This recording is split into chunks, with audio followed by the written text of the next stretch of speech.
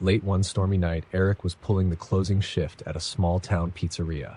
The relentless rain battered against the windows as the glowing clock on the wall ticked past midnight. Just as Eric prepared to shut down, the phone rang. He hesitated, his hand hovering over the receiver. After a moment, he picked it up. "Hello, Dino's Pizza," he said. The voice on the other end was soft, almost childlike.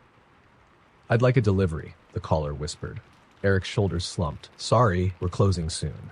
"Please," the voice cut him off, desperate. "I'm starving." There was something about the way they said it that made Eric pause. Against his better judgment, he jotted down the address. An old farmhouse at the edge of town, shrouded in rumors and abandonment for years. Eric sighed and hung up. Grabbing the last pepperoni pizza, he zipped up his jacket and stepped into the downpour. The journey was eerie. The windshield wipers struggled against the sheets of rain, and his GPS flickered, barely holding a signal. When he arrived at the address, Eric squinted through the gloom. The farmhouse loomed like a shadow, its windows darkened and vines crawling up its sides. No lights, no signs of life. Still, a promise was a promise. He approached the porch with the pizza box, each step creaking ominously underfoot. He knocked, but there was no response. Lightning flashed, illuminating a small sign on the door. "Come in." Eric hesitated, but pushed the door open. Inside, the air was damp and reeked of mildew. His flashlight beam danced across decayed furniture and walls scratched raw. "Hello?" Eric called out, his voice trembling. "Your pizza's here." A faint shuffling sound came from upstairs. The hairs on the back of his neck stood up. He debated leaving the pizza on the floor and bolting, but something urged him to stay. Against his better instincts, he climbed the stairs, each creak echoing in the oppressive silence. The shuffling grew louder as he approached a door at the end of the hall. His heart thundered in his chest as he reached for the knob. With a deep breath, he pushed the door open. The room was empty, save for a single chair facing a cracked mirror. The pizza box felt like dead weight in his hands. Just as he turned to leave, a voice whispered directly behind him, "I'm here." Eric spun around, but no one was there. The pizza box slipped from his hands, hitting the floor with a dull thud. A soft giggle echoed through the room, distant but suffocating. Panic surged through him, and he bolted out of the house, not stopping until he was back in his car. He locked the doors and fumbled to start the engine. As the headlights flickered on, they illuminated something standing in the doorway of the house. A figure, impossibly tall, its face obscured by shadows. Its head cocked at an unnatural angle as it raised a hand and waved slowly. Eric slammed the car into reverse, tires screeching as he sped down the muddy driveway. He didn't stop until he was back at the pizzeria, drenched in sweat and rain. But when he stepped out of his car, his heart nearly stopped. The pizza box was sitting on the hood, perfectly intact, as if it had never left the restaurant. On top of it was a note, scrawled in a shaky, childlike hand. "Thank you for delivering. See you soon." Eric never worked a closing shift again. He moved to another town the following week. But every once in a while, late at night, he swore he could hear faint giggles outside his window, followed by the soft scent of pepperoni wafting in the air. One of the most unsettling incidents in my years of working as a food delivery driver began with an innocent enough order, a single pasta dish to a remote cabin far outside of town. The request came in just after 10 p.m., and my boss was hesitant to send anyone out. But the customer had prepaid and tipped generously. It seemed like an easy job, too easy in hindsight. The GPS struggled to guide me, taking me down narrow dirt roads that snaked through dense, suffocating woods. My headlights barely pierced the thick fog rolling in as I finally spotted the cabin, a weathered structure with a sagging roof and boarded-up windows. It looked uninhabited. No lights, no sound, no car in sight. I parked and hesitated. The woods around me were eerily silent, not even the chirp of a cricket. Clutching the paper bag, I walked up the uneven steps. My knuckles rapped on the door. "Delivery!" I called, my voice shaky. No response. I knocked again, harder this time.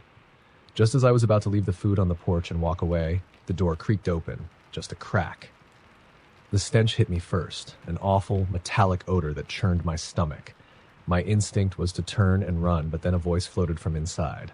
"Come in," it rasped. Every rational part of me screamed to leave, but something, a mix of morbid curiosity and professional obligation, made me step inside. The air was thick with that metallic tang, and the dim light from my phone barely illuminated the space. The furniture was sparse, covered in grime and dust. A damp, rust-colored stain spread across the wooden floorboards, trailing toward a door at the back of the room. "Hello," I called, my voice trembling.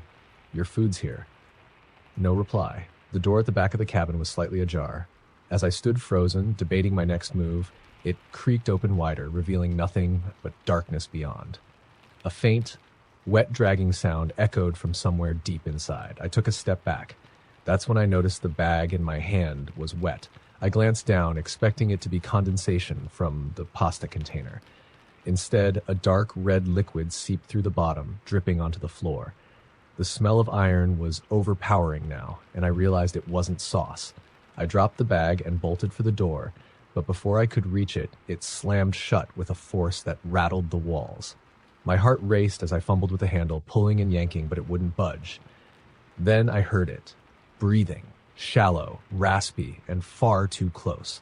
Spinning around, I saw nothing at first, but as I backed toward the door, my flashlight beam landed on something in the corner of the room.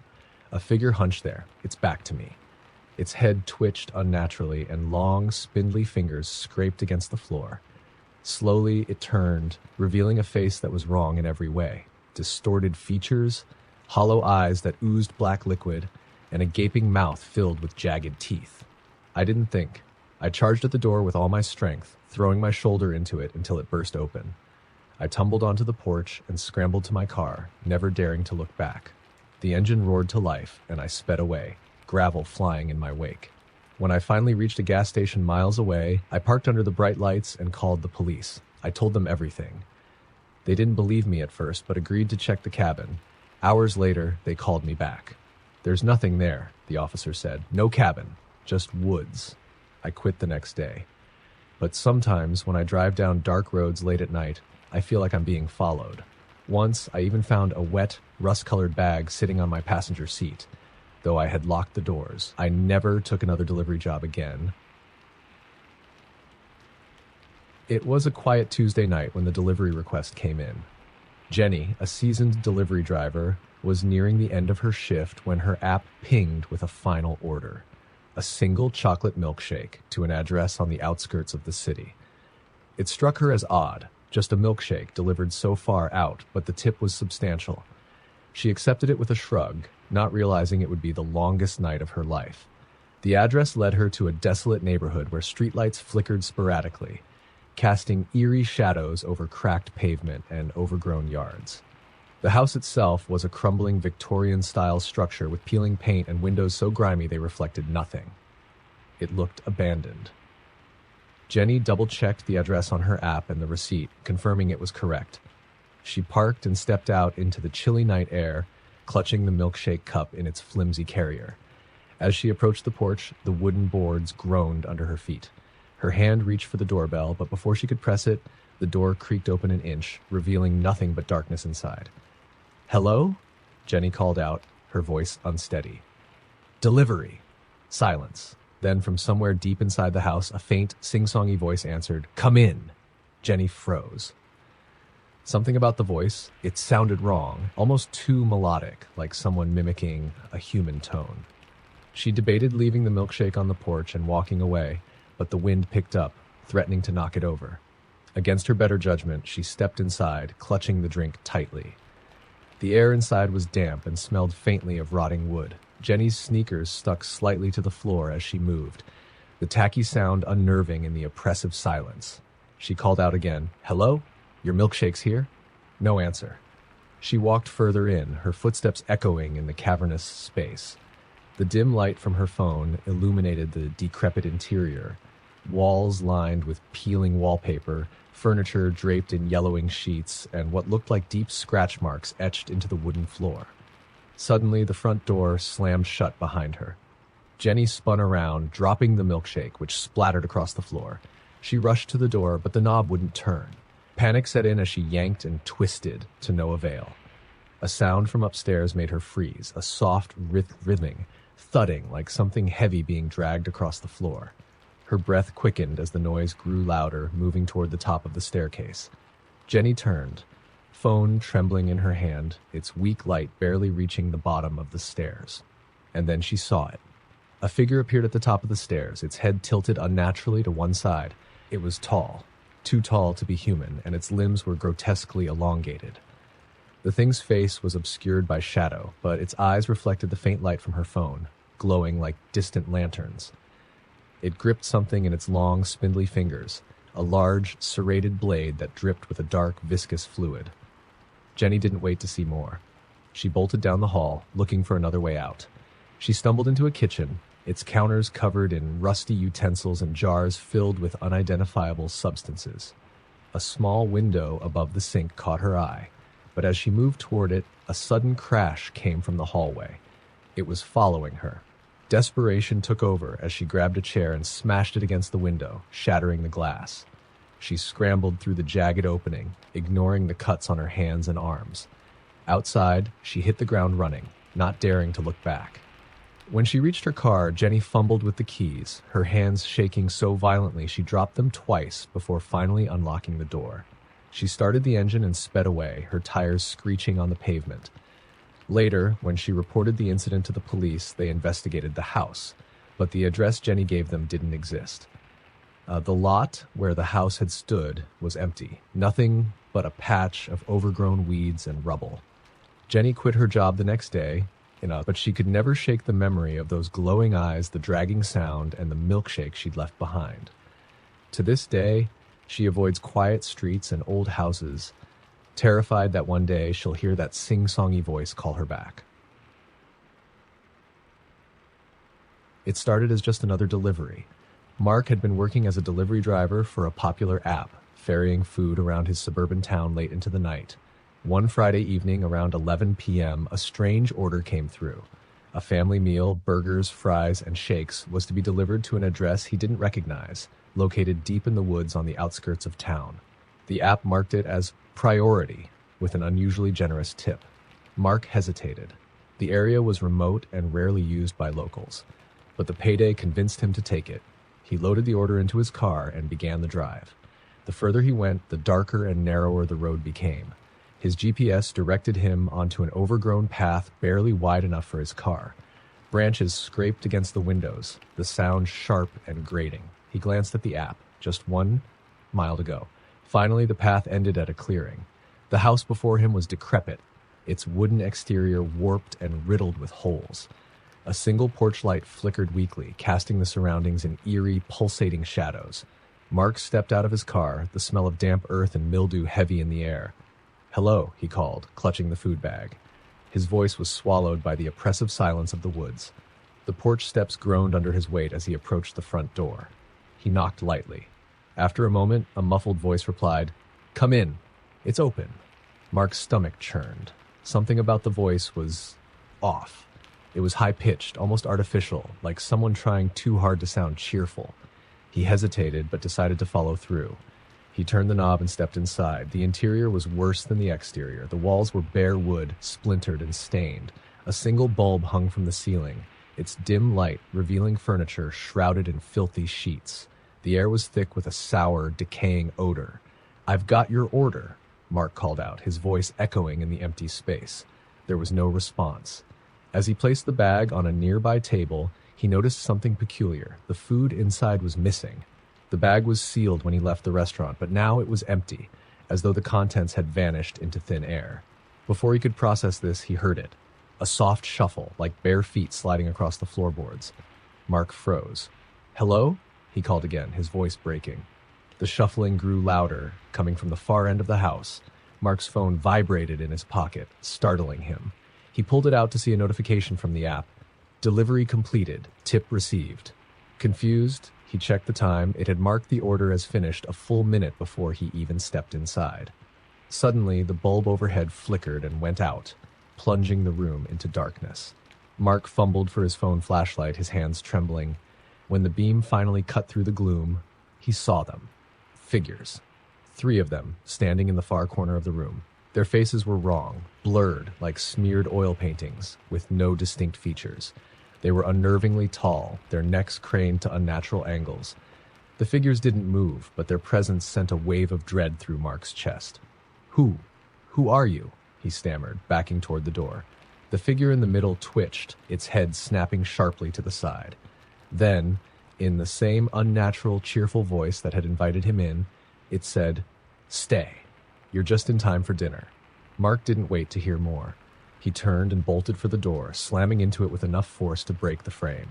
He tumbled onto the porch and sprinted to his car, his heart hammering in his chest. He started the engine and peeled out, the narrow path barely visible in his headlights. When he got back to town, he parked in a well-lit lot and tried to make sense of what had happened. Checking the app again, he saw something that made his blood run cold. The delivery wasn't just marked as complete, it was rated 5 stars, and the comment? "Delicious. See you soon." Mark deleted the app and left town within days. But every so often, late at night, he swears he feels eyes watching him from the woods, waiting for their next delivery. It was a dreary November night when Lucas received the order. He'd been driving all day, looking forward to finishing his shift, when a last-minute delivery popped up on his app. A single item, homemade stew from a small family-run restaurant downtown. The delivery address was strange, just coordinates. No house number, no street name. Lucas frowned but accepted it. The restaurant worker seemed relieved when he picked up the order. "Late delivery, huh?" Lucas said, trying to make small talk. The elderly woman behind the counter gave him a tight smile. "Be careful," she muttered before turning away. Lucas shook off her strange behavior and loaded the insulated bag into his car. The drive was long, taking him further into the countryside than he'd ever ventured. His GPS guided him to a dirt road that twisted through a forest dense with skeletal trees. The headlights illuminated nothing but endless branches and shadows. Eventually, the road ended at an old, dilapidated cottage. The coordinates on his app confirmed it. This was the place. The house was tiny, its walls leaning slightly as though the building might collapse at any moment. No lights were on, and the windows were boarded up from the inside. Lucas hesitated, the bag of stew warm in his hands. He checked his app. The instructions read, "Knock twice, leave the food on the step, and wait." It didn't feel right, but the hefty tip promised on the app convinced him. Lucas approached the door, stepping over a patch of withered grass that crunched underfoot. He knocked twice. Silence. He placed the bag down and stepped back. The forest around him was eerily quiet. No wind, no animals, just the faint creak of branches swaying in the still air. Then the sound of footsteps, heavy, deliberate, and getting closer. The door creaked open a crack, revealing nothing but darkness inside. A thin, gnarled hand reached out, its fingers impossibly long and pale. It snatched the bag of stew and retreated into the shadows. Lucas held his breath, staring into the abyss beyond the door. "Wait," a voice rasped. It was deep and guttural, barely human. Lucas froze. The voice continued, "You forgot the spoon." I don't have one," Lucas stammered, his voice barely audible. The door opened wider. Something stepped forward, still hidden in the shadows of the doorway. Its outline was grotesque, with hunched shoulders and a head too large for its body. It sniffed the air loudly, the sound wet and animalistic. "No spoon?" it said, the words distorted. "Then you'll do." Lucas didn't wait to see what it meant. He turned and sprinted toward his car, fumbling with his keys as adrenaline surged through his body. Behind him, he heard the thing step onto the porch. The sound of its breathing grew louder, heavier as it moved closer. He finally got the car door open and threw himself inside, locking the doors. His headlights illuminated the cottage as he started the engine. For a brief moment, he saw it fully. The creature stood on 2 legs, but they bent backward like a goat's. Its face was a contorted mess, with deep-set, empty eye sockets and a gaping mouth filled with jagged teeth. It tilted its head as if studying him, before stepping back into the shadows of the forest. Lucas didn't look back as he sped down the dirt road, his heart pounding in his chest. When he finally made it back to town, he pulled into a gas station to catch his breath. His phone buzzed. He hesitated before looking at the notification. It was a review on the app, spoon not included, but the delivery driver was perfect, 5 stars.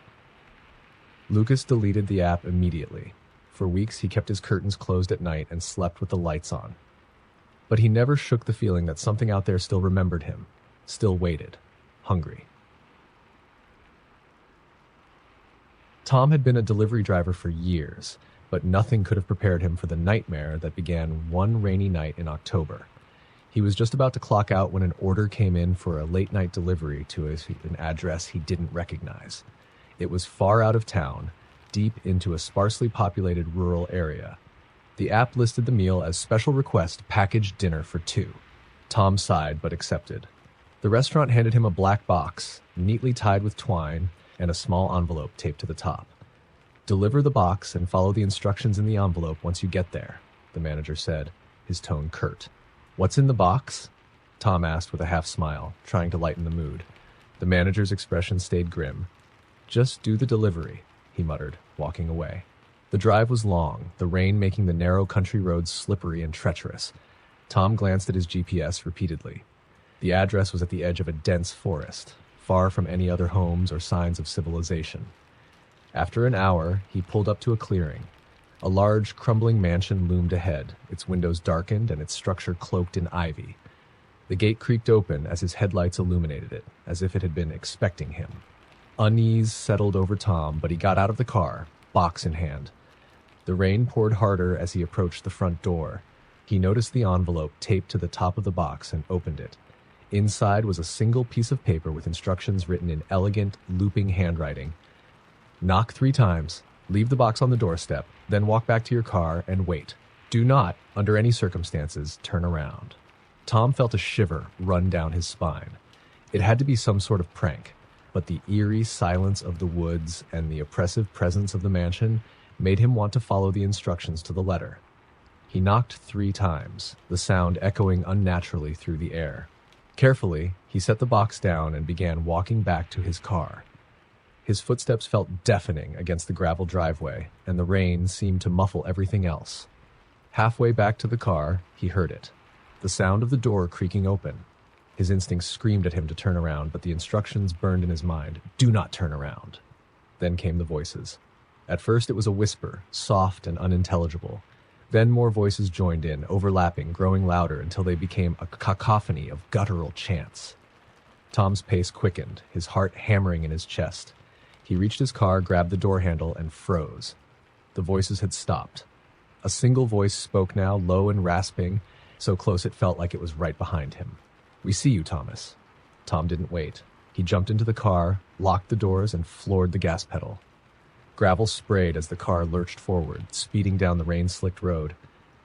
He didn't look in the rearview mirror. He didn't dare. When he finally reached the main road, his breathing slowed. He pulled over at a brightly lit gas station, his hands trembling as he gripped the wheel. He looked at his phone to check if the delivery had been marked as complete. A new notification popped up. "Delivery received. Payment processed." But there was something else. A photograph attached to the review. Tom's stomach dropped as he opened it. It was a picture of the mansion's front door, taken from inside his car. He hadn't turned around, and yet the photo showed him walking back to his vehicle, the black box on the doorstep, and a tall, shadowy figure standing in the doorway watching him leave. Tom quit his delivery job the next day, but every now and then he feels like he's being watched, especially when he's driving at night. Once, weeks later, he found a familiar black box sitting on his porch. He didn't open it. He burned it instead. Still, he can't shake the feeling that whatever was in that house wasn't done with him yet. Jake was a college student working as a food delivery driver to pay his bills. It was a job he liked, easy money and flexible hours. But one night, an order came through that made his blood run cold long after it was over. The request was from a new customer, someone who had just signed up on the app that evening. The name on the order was simply E. The address? A house Jake had never heard of, located in the middle of a sprawling farmland outside of town. The delivery instructions were even stranger. Do not knock. Leave the food on the porch and wait for further instructions via text. Jake hesitated. Everything about the order felt off, but the tip was massive, nearly $100 for a $15 order. He couldn't say no. Grabbing the food, he started his car and headed out into the night. The drive was long, the road narrowing as he left the city behind.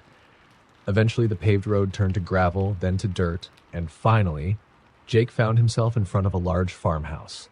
The place was ancient, its white paint peeling in long strips. The windows were dark, and the fields surrounding the property seemed to stretch forever under the pale light of the moon. Following the instructions, Jake stepped onto the creaking porch and placed the bag down carefully. His phone buzzed as soon as he set the food down. The message read, "Turn around slowly." His breath caught in his throat. His instincts screamed to get back in his car and leave, but curiosity and maybe the promise of the hefty tip kept him rooted in place. Slowly, Jake turned, his eyes scanning the empty fields and dirt driveway. Nothing. The landscape was eerily quiet, the air heavy and still. He exhaled shakily and texted back, "I don't see anything." A response came immediately. "Good, now walk to the edge of the field." Jake stared at his phone in disbelief. "This has to be a joke," he muttered to himself. But as he looked toward the edge of the field, a strange sense of unease gripped him. The tall grass swayed gently, though there was no breeze. He texted back, "I'm not comfortable doing that. Can I just leave now?" This time, the reply came with an attachment. A photo. Jake's stomach dropped as he opened it. It was a picture of him standing on the porch taken just seconds ago. The angle was impossible. There was no one else around. "Hello?" Jake called, his voice trembling. His phone buzzed again. "Walk to the field." Every fiber of his being screamed to leave, but something compelled him to move. He stepped off the porch, his sneakers crunching against the gravel as he approached the edge of the field. The tall grass seemed to ripple unnaturally, the movement hypnotic. He stopped just short of entering it, his heart pounding. Another buzz. Closer. He took a hesitant step forward, the grass brushing against his knees. That's when he heard it, a low, guttural sound, like a growl but deeper, vibrating through the ground. Jake froze, his eyes scanning the darkness ahead. Suddenly, something moved in the grass. Fast. Too fast.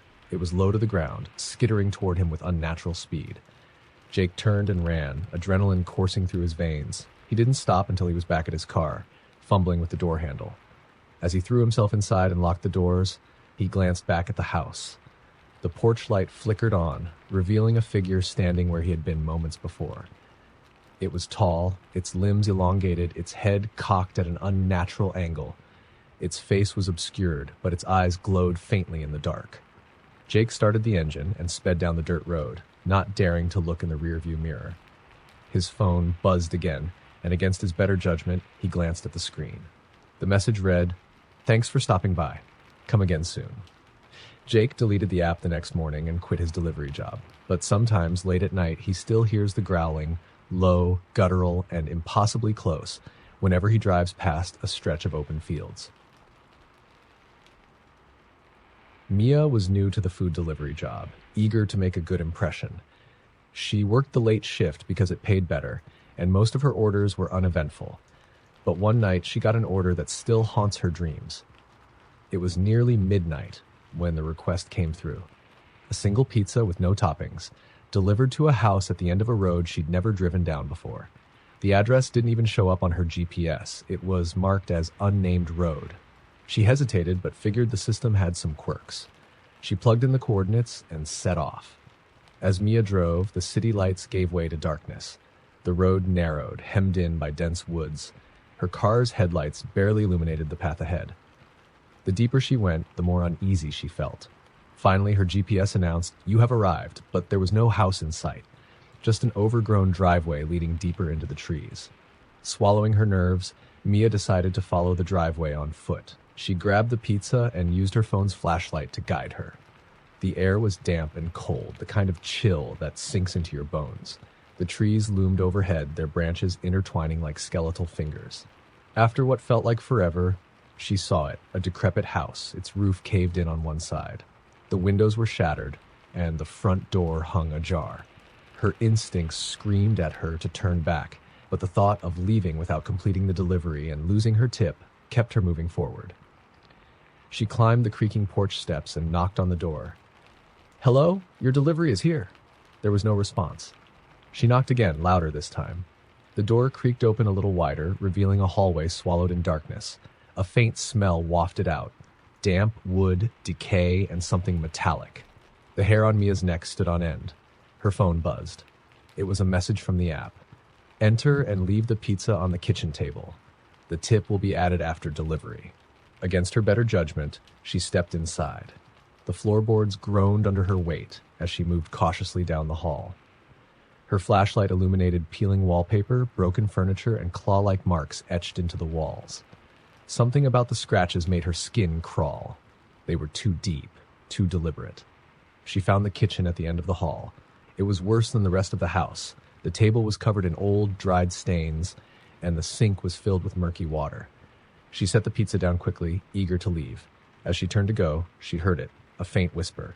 "Stay." Mia froze, her heart hammering in her chest. "Hello? Is someone there?" she called, her voice shaky. No response, just the oppressive silence of the house. Then the door slammed shut. Panic surged through her as she sprinted back to the hall. She reached the door and yanked on the handle, but it wouldn't budge. Her phone buzzed again. She glanced at it, her hands trembling. "Thank you for your delivery. Please don't leave yet." Mia's breathing grew ragged as footsteps echoed behind her, slow and deliberate. She spun around, shining her flashlight down the hall. At first, she saw nothing. Then a figure stepped into the beam of light. It was tall and gaunt, its skin stretched too tightly over its bones. Its face was obscured by a tangle of matted hair, but its mouth was visible, a gaping, toothy grin that spread impossibly wide. The figure tilted its head, watching her. She didn't wait.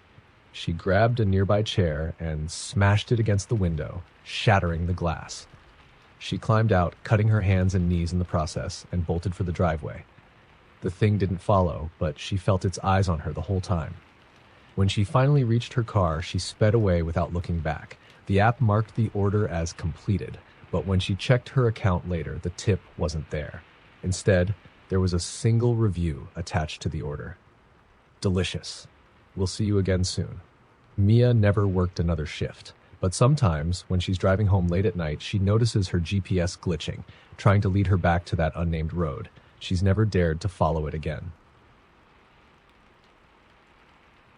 Alex had been a food delivery driver for a few years, and he thought he'd seen it all: odd customers, strange houses, and the occasional prank order. But nothing could have prepared him for the job he picked up one rainy evening in November. The order came in just as he was about to head home. A simple meal from a local diner with delivery instructions that read, "Use the side door, do not go to the front." The address was unfamiliar, located on the outskirts of the city in a neighborhood he didn't recognize. The promised tip, however, was generous enough to keep him from declining. As he drove out to the address, the city gave way to an eerie stretch of abandoned warehouses and overgrown lots. The house was the last one on a dead-end street, surrounded by a crumbling brick wall. It looked ancient, its facade cracked and sagging, with ivy crawling up its sides. He parked his car and stepped out, pulling his hood up against the rain. The side door was easy to find, tucked into the shadowy corner of the house. The area felt unnaturally quiet, the only sound the patter of rain on the pavement. Alex knocked lightly. No answer. He knocked again, harder this time. From inside came a faint scraping sound, like something heavy being dragged across a wooden floor. His phone buzzed in his pocket. It was a text from the customer. "Leave the food on the bench by the door and wait. Do not leave until you hear 3 knocks." Chilled by the strange instructions, Alex complied, placing the bag on the bench. He stepped back, glancing nervously at the darkened windows. Minutes passed, and the rain grew heavier. He checked his watch, wondering if he should just leave. Suddenly, the sound came. 3 distinct, deliberate knocks. Not from the door, but from somewhere deep within the house. Alex froze. His instincts screamed at him to get in his car and drive away, but his phone buzzed again. The message read, "Thank you for waiting. Please check under the bench for your tip." Hesitant, Alex crouched down and peered under the bed. His fingers brushed against something soft and damp. He pulled it out, a bundle wrapped in wet, stained fabric. "What the hell?" he muttered, unwrapping it. Inside was a stack of old bills, their edges crumbling with age. It wasn't just old money. It looked ancient, the faces on the currency unfamiliar. There was also something else, a small, yellowed envelope. His name was scrawled across it in jagged handwriting. Heart pounding, Alex opened the envelope. Inside was a single piece of paper with a message that sent a chill down his spine. "We'll see you again, soon." The sound of a door creaking open behind him made Alex whirl around. The side door had swung inward, revealing only darkness beyond.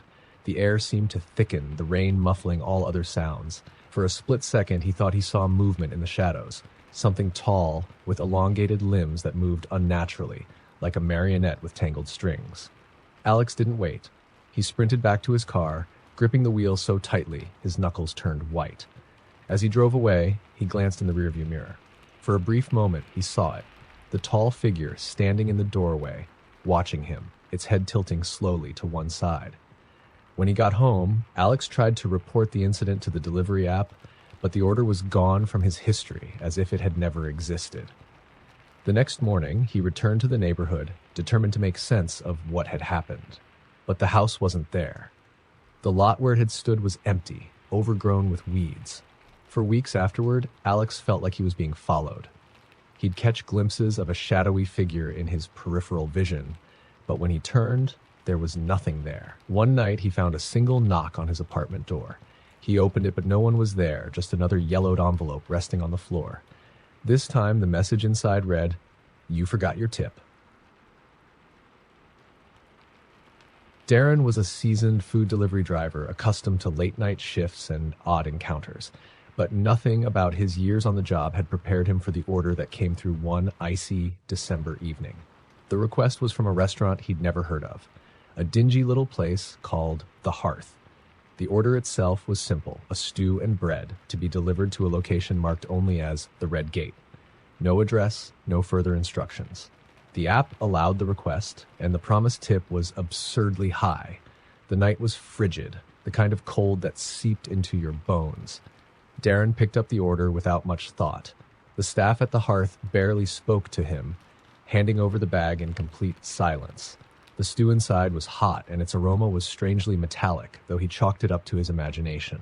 Following the GPS, Darren realized the location wasn't in town at all. It guided him further and further into the countryside, the roads becoming narrower and more desolate. Snow began to fall, lightly at first, then heavier as he reached the end of the route. There it was, the Red Gate. It stood alone in the middle of a vast field, rusted and half buried in snow. There was no fence, no house in sight, just the gate, seemingly leading nowhere. Darren frowned, double-checked his GPS, and confirmed he was in the right spot. His phone buzzed. A text message came through. "Leave the food by the gate. Walk through. Do not close it behind you." Darren stared at the message, unease creeping up his spine. It had to be some kind of prank. But the wind howled around him, and the thought of leaving without completing the delivery and forfeiting the enormous tip kept him rooted in place. He stepped out into the cold, his boots crunching in the snow as he approached the gate. The closer he got, the more oppressive the atmosphere felt. The wind seemed to carry faint whispers, unintelligible but insistent. Darren shook it off, dropped the bag of food in front of the gate, and turned to head back to his car. His phone buzzed again. The message this time was chilling. "You forgot to walk through." Every instinct told him to leave, but his body moved as if on autopilot. He pushed the gate open. It groaned loudly, the sound like nails on a chalkboard, and stepped through. The moment he did, the air changed. The snow stopped falling. The world behind him became muffled, as if he'd stepped underwater. The field beyond the gates stretched endlessly, far larger than it had appeared from the road. In the distance, he saw a figure, a lone person standing in the snow, their back turned. The whispers grew louder now, coherent enough to make out a single word: "Closer." Darren's breath caught in his throat. He turned back toward his car, but the gate was gone. The road, the snow, everything behind him had vanished, replaced by an endless expanse of white. The figure in the distance began to move, not walking, but gliding across the snow, closer with each passing second. Darren's legs refused to move as it approached. Its shape was wrong, tall and thin, its limbs too long, its head too narrow. It stopped a few feet in front of him, its face hidden in shadow. Slowly, it extended a hand. Something dangled from its bony fingers. The delivery bag. "You're late," it rasped. Darren couldn't speak, couldn't move. The figure tilted its head as if studying him before it dropped the bag at his feet. The whispers grew deafening, and the figure dissolved into the snow like smoke in the wind. Darren blinked, and suddenly, he was back in his car. The gate was visible in his rearview mirror, closed now, the bag of food nowhere to be seen. His phone buzzed one last time. The message read, "Delivery complete, tip included." Darren drove home shaking, vowing to quit the job for good. But weeks later, he noticed something strange on his app. A new customer had appeared. Their address listed simply as the Red Gate. Darren Their orders kept coming, each one marked with his name specifically. He deleted the app that night, but every so often, he finds himself waking in the middle of the night, his phone buzzing with a notification. You have a new order.